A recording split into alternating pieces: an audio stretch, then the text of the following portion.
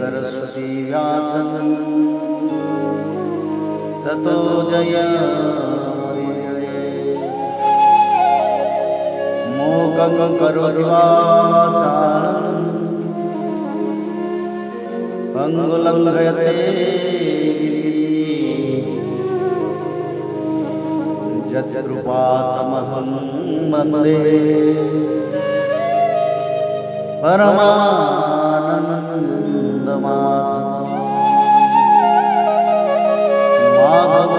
माधवो वाक्यं माधवो हरि परन्ते साधवा नित्यं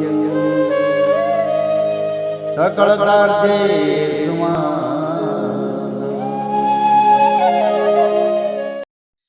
अथ 9वां अध्याय है ध्रुव का वर पाकर घर लौटना। श्री मैत्र जी कहते हैं, विदुर जी, भगवान के इस प्रकार आश्वासन देने से देवताओं का भय जाता रहा और वे उन्हें प्रणाम करके स्वर्गलोक को चले गए। तदंतर विराट स्वरूप भगवान गरुड़ पर चढ़कर अपने भक्त को देखने के लिए मधुबन में आए। उस समय ध्रुव जी तीव्र योगाभ्यास से एकाग्र हुई बुद्धि के द्वारा भगवान की बिजली के समान देदीप्यमान जिस मूर्ति का अपने हृदय कमल में ध्यान कर रहे थे, वह सहसा विलीन हो गई। इससे घबराकर उन्होंने ज्यों ही नेत्र खोले कि भगवान के उसी रूप को बाहर अपने सामने खड़ा देखा। प्रभु का दर्शन पाकर बालक ध्रुव को बड़ा कुतूहल हुआ। वे प्रेम में अधीर हो गए। उन्होंने पृथ्वी पर दंड के समान लौटकर उन्हें प्रणाम किया। फिर वे इस प्रकार प्रेम भरी दृष्टि से उनकी ओर देखने लगे, मानो नेत्र से उन्हें पी जाएंगे, मुख से चूम लेंगे और भुजाओं में कस लेंगे। वे हाथ जोड़े प्रभु के सामने खड़े थे और उनकी स्तुति करना चाहते थे, परंतु किस प्रकार करे ये नहीं जानते थे। सर्व अंतर्यामी हरि उनके मन की बात जान गए। उन्होंने कृपा पूर्वक अपने वेदमय शंख को उनके गाल से छुआ दिया। ध्रुव जी भविष्य में अविचल पद प्राप्त करने वाले थे। इस समय शंख का स्पर्श होते ही उन्हें वेदमय दिव्यवाणी प्राप्त हो गई और जीव तथा ब्रह्म के स्वरूप का भी निश्चय हो गया। वे अत्यंत भक्ति भाव से धैर्य पूर्वक विश्व विख्यात कीर्तिमान श्री हरि की स्तुति करने लगे। ध्रुव जी ने कहा, प्रभु, आप सर्वशक्ति संपन्न हैं। आप ही मेरे अंतःकरण में प्रवेश कर अपने तेज से मेरी इस सोई हुई वाणी को सजीव करते हैं तथा हाथ, पैर, कान और त्वचा आदि अन्यान्य इंद्रियों एक प्राणों को भी चेतना देते हैं। मैं आप अंतर्यामी भगवान को प्रणाम करता हूँ। भगवान, आप एक ही हैं, परंतु अपनी अनंत गुणमयी माया शक्ति से इस महदादि संपूर्ण प्रपंचों को रचकर अंतर्यामी रूप से उसमें प्रवेश कर जाते हैं और फिर इसके इंद्रियादि असक्त गुणों में उनके अधिष्ठात्र देवताओं के रूप में स्थित होकर अनेक रूप भासते हैं। ठीक वैसे ही जैसे तरह तरह की लकड़ियों में प्रकट हुई आग अपनी उपाधियों के अनुसार भिन्न भिन्न रूपों में भासती है। नाथ, सृष्टि के आरंभ में ब्रह्मा जी ने भी आपकी शरण लेकर आपके दिए हुए ज्ञान के प्रभाव से ही इस जगत को सोकर उठे हुए पुरुष के समान देखा था। दीन बंधु, उन्हीं आपके चरण तल का मुक्त पुरुष भी आश्रय लेते हैं। कोई भी कर्तव्य पुरुष उन्हें कैसे भूल सकता है। प्रभु, इन शवतुल्य शरीर के द्वारा भोगा जाने वाला इंद्रिय और विषयों के संसर्ग से उत्पन्न सुख तो मनुष्य को नरक में भी मिल सकता है। जो लोग इस विषय सुख के लिए ललायत रहते हैं और जो जन्म मरण के बंधन से छुड़ा देने वाले कल्पत्रु स्वरूप आपकी उपासना भगवत प्राप्ति के सिवा किसी अन्य उद्देश्य से करते हैं, उनकी बुद्धि अवश्य ही आपकी माया के द्वारा ठगी गई है। नाथ, आपके चरण कमलों का ध्यान करने से और आपके भक्तों के पवित्र चरित्र सुनने से प्राणियों को जो आनंद प्राप्त होता है वे निजानंद स्वरूप ब्रह्म में भी नहीं मिल सकता। फिर जिन्हें काल की तलवार काटे डालती है, उन सर्वज्ञ विमानों से गिरने वाले पुरुषों को तो वह सुख मिल ही कैसे सकता है। अजन्मा परमेश्वर, मैं तो पशु, वृक्ष, पर्वत, पक्षी, सरीसर्प, सर्पादि रेंगने वाले जंतु, देवता, दैत्य और मनुष्य आदि से परिपूर्ण तथा महदादि अनेकों कानों से संपादित आपके इस ससदात्मक स्थूल विश्व रूप को ही जानता हूँ।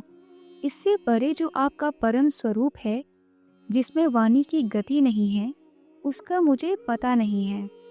भगवान, कल्प का अंत होने पर योगिंद्रा में स्थित जो परम पुरुष इस संपूर्ण विश्व को अपने उदर में लीन करके शेष जी के साथ उन्हीं की गोद में शयन करते हैं तथा जिनके नाभि समुद्र से प्रकट हुई सर्वलोक में सुवर्ण वर्ण कमल से परम तेजोमय ब्रह्मा जी उत्पन्न हुए, वे भगवान आप ही हैं। मैं आपको प्रणाम करता हूँ। प्रभु, आप अपनी अखंड चिन्मय दृष्टि से बुद्धि की सभी अवस्थाओं के साक्षी हैं तथा नित्य मुक्त शुद्ध सत्व में सर्वज्ञ परमात्मा स्वरूप निर्विकार आदि पुरुष षडाश्चर्य संपन्न एवं तीनों गुणों के अधीश्वर हैं। आप जीव से सर्वथा भिन्न हैं तथा संसार की स्थिति के लिए यज्ञाधिष्ठता विष्णु रूप से विराजमान हैं। आपसे ही विद्या अविद्या आदि विरुद्ध गतियों वाली अनेकों शक्तियाँ धारावाहिक रूप से निरंतर प्रकट होती रहती हैं। आप जगत के कारण अखंड अनादि अनंत आनंदमय निर्विकार ब्रह्म स्वरूप हैं। मैं आपकी शरण हूँ। भगवान, आप परमानंद मूर्ति हैं। जो लोग ऐसा समझकर निष्काम भाव से आपका निरंतर भजन करते हैं, उनके लिए राज्याधि भोग की अपेक्षा आपके चरण कमलों की प्राप्ति ही भजन का सच्चा फल है। स्वामीन, यद्यपि बात ऐसी ही है तो भी गौ जैसे अपने तुरंत के जन्म में हुए बछड़े को दूध पिलाती और व्यारगादी से बचाती रहती है, उसी प्रकार आप भी भक्तों पर कृपा करने के लिए निरंतर विकल रहने के कारण हम जैसे सकाम जीवों की भी कामना पूर्ण करके उनकी संसार भय से रक्षा करते हैं। श्री मैत्रेय जी कहते हैं, विदुर जी, जब शुभ संकल्प वाले मतिमान ध्रुव जी ने इस प्रकार स्तुति की, तब भक्त वत्सल भगवान उनकी प्रशंसा करते हुए कहने लगे। श्री भगवान ने कहा, उत्तम व्रत का पालन करने वाले राजकुमार, मैं तेरे हृदय का संकल्प जानता हूँ। यद्यपि उस पद का प्राप्त होना बहुत कठिन है, तो भी मैं तुझे वह देता हूँ। तेरा कल्याण हो। भद्र, जिस तेजोमय अविनाशी लोक को आज तक किसी ने प्राप्त नहीं किया, जिसके चारों ओर ग्रह नक्षत्र और तारागण रूप ज्योतिष चक्र उसी प्रकार चक्कर काटता रहता है जिस प्रकार मेढ़ी के चारों ओर दिनवरी के बैल घूमते रहते हैं। अवान्तर कल्प प्रयत्न रहने वाले अन्य लोकों का नाश हो जाने पर भी जो स्थिर रहता है तथा तारागण के सहित धर्म, अग्नि, कश्यप और शुक्र आदि नक्षत्र एवं सप्तऋषिगण जिसकी प्रदक्षिणा किया करते हैं, वह ध्रुवलोक मैं तुझे देता हूँ। यहाँ भी जब तेरे पिता तुझे राज सिंहासन देकर वन को चले जाएंगे, तब तू 36,000 वर्ष तक धर्म पूर्वक पृथ्वी का पालन करेगा। तेरी इंद्रियों की शक्ति जयों की तयों बनी रहेगी। आगे चलकर किसी समय तेरा भाई उत्तम शिकार खेलता हुआ मारा जाएगा।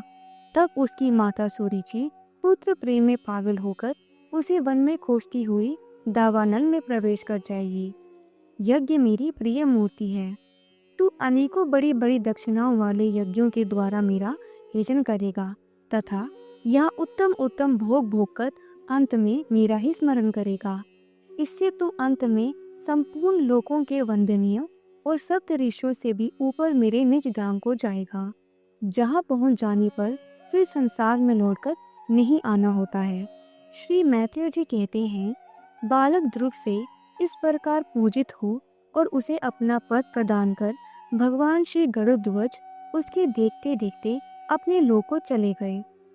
प्रभु की चरण सेवा से संकल्पित वस्तु प्राप्त हो जाने के कारण यद्यपि ध्रुव जी का संकल्प तो निवृत्त हो गया, किंतु उनका चित्त विशेष प्रसन्न नहीं हुआ।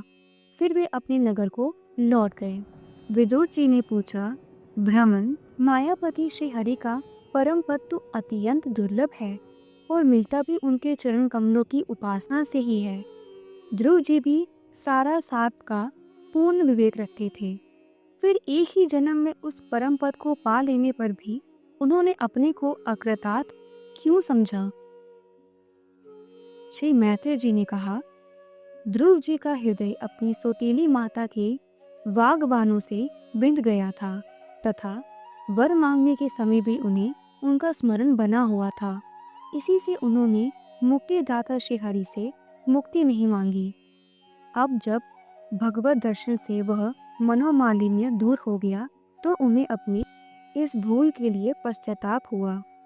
ध्रुव जी मन ही मन कहने लगे, अहो सनकादि उद्रवरेता नैष्ठिक ब्रह्मचारी सिद्ध भी जिन्हें समाधि द्वारा अनेकों जन्मों में प्राप्त कर पाते हैं, उन भगवत चरणों की छाया को मैंने 6 महीने में ही पा लिया, किंतु चित्त में दूसरी वासना रहने के कारण मैं फिर उनसे दूर हो गया। अहो मुझ मंद भाग्य की मूर्खता तो देखो, मैंने संसार पाश को काटने वाले प्रभु के पाक पद्मों में पहुंचकर भी उनसे नाशवान वस्तु की ही याचना की। देवताओं को स्वर्ग भोग के पश्चात फिर नीचे गिरना होता है, इसीलिए मेरी भगवत प्राप्ति रूप उच्च स्थिति को सहन नहीं कर सके, अतः उन्होंने ही मेरी बुद्धि को नष्ट कर दिया। तभी तो मुझ दुष्ट ने नारद जी की यथार्थ बात भी स्वीकार नहीं की। यद्यपि संसार में आत्मा की सेवा दूसरा कोई भी नहीं है, तथापि सोया हुआ मनुष्य जैसे स्वप्न में अपने ही कल्पना किए हुए व्यारगादी से डरता है, उसी प्रकार मैंने भी भगवान की माया से मोहित होकर भाई को ही शत्रु मान लिया और व्यर्थ ही द्वेष रूप हार्दिक रोग से जलने लगा। जिन्हें प्रसन्न करना अत्यंत कठिन है, उन्हीं विश्व आत्मा श्री हरि को तपस्या द्वारा प्रसन्न करके मैंने जो कुछ मांगा है वह सब व्यर्थ है। ठीक उसी तरह जैसे गतायु पुरुष के लिए चिकित्सा व्यर्थ होती है। अहो मैं बड़ा भाग्यहीन हूँ। संसार बंधन का नाश करने वाले प्रभु से मैंने संसार ही मांगा। मैं बड़ा ही पुण्यहीन हूँ। जिस प्रकार कोई कंगला किसी चक्रवर्ती सम्राट को प्रसन्न करने के लिए उससे तुझ सहित चावलों की कन्नी मांगता है, उसी प्रकार मैंने भी आत्मानंदन प्रदान करने वाले श्री हरि से मूर्खतावश व्यर्थ का अभिमान बढ़ाने वाले उच्च पदादि ही मांगे हैं। श्री मैत्रेय जी कहते हैं, तात तुम्हारी तरह जो लोग श्री मुकुंद पादारविंद मकरंद के ही मधुकर हैं, जो निरंतर प्रभु के चरण रज का ही सेवन करते हैं और जिनका मन अपने आप आई हुई सभी परिस्थितियों में संतुष्ट रहता है, वे भगवान से उनकी सेवा के सिवा अपने लिए और कोई भी पदार्थ नहीं मांगते। इधर जब राजा उत्तानपाद ने सुना कि उनका पुत्र ध्रुव घर लौट रहा है, तो उन्हें इस बात पर वैसे ही विश्वास नहीं हुआ जैसे कोई किसी के यमलोक से लौटने की बात पर विश्वास न करे। उन्होंने ये सोचा कि मुझ अभागे का ऐसा भाग्य कहाँ, परंतु फिर उन्हें देव ऋषि नायक की बात याद आ गई। इससे उनका इस बात में विश्वास हुआ और वे आनंद के वेग से अधीर हो उठे। उन्होंने अत्यंत प्रसन्न होकर यह समाचार लाने वाले को एक बहुमूल्य हार दिया। राजा उत्तानपाद ने पुत्र का मुख देखने के लिए उत्सुक होकर बहुत से ब्राह्मण कुल के बड़े बूढ़े मंत्री और बंधुजनों को साथ लिया तथा एक बढ़िया घोड़ों वाले सुवर्ण जड़ित रथ पर सवार होकर वे झटपट नगर के बाहर आए।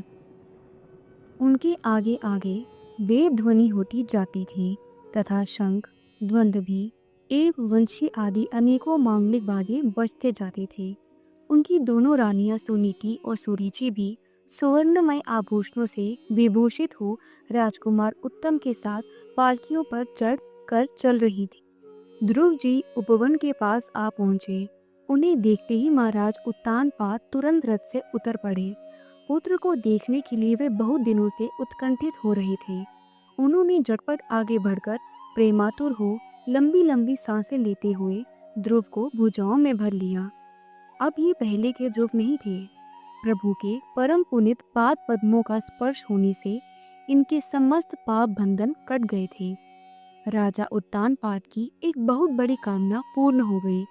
उन्होंने बार बार पुत्र का सिर सूंघा और आनंद तथा प्रेम के कारण निकलने वाले ठंडे ठंडे आंसुओं से उन्हें नहला दिया।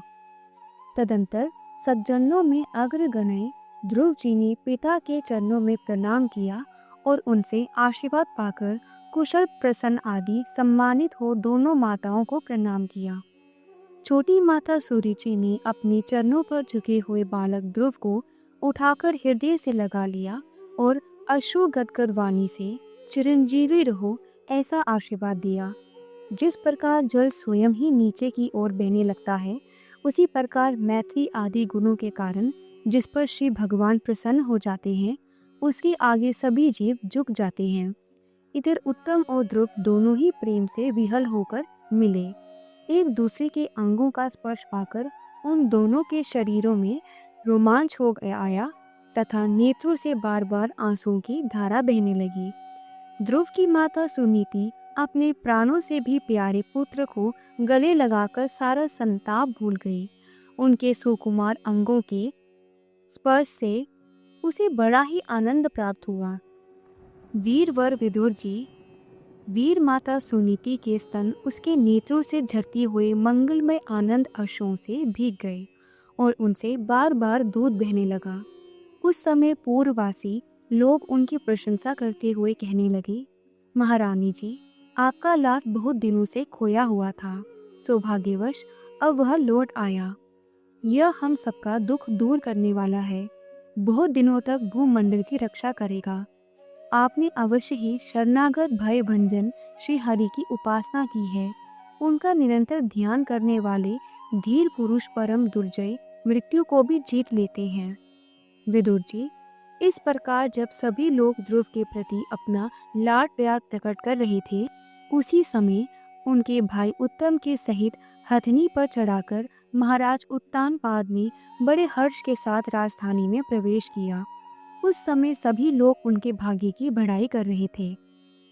नगर में जहाँ तहाँ मगर के आकार के सुंदर दरवाजे बनाए गए थे तथा फल फूलों के गुच्छों के सहित केले के खम्भे और सुपारियों के पौधे सजाए गए थे।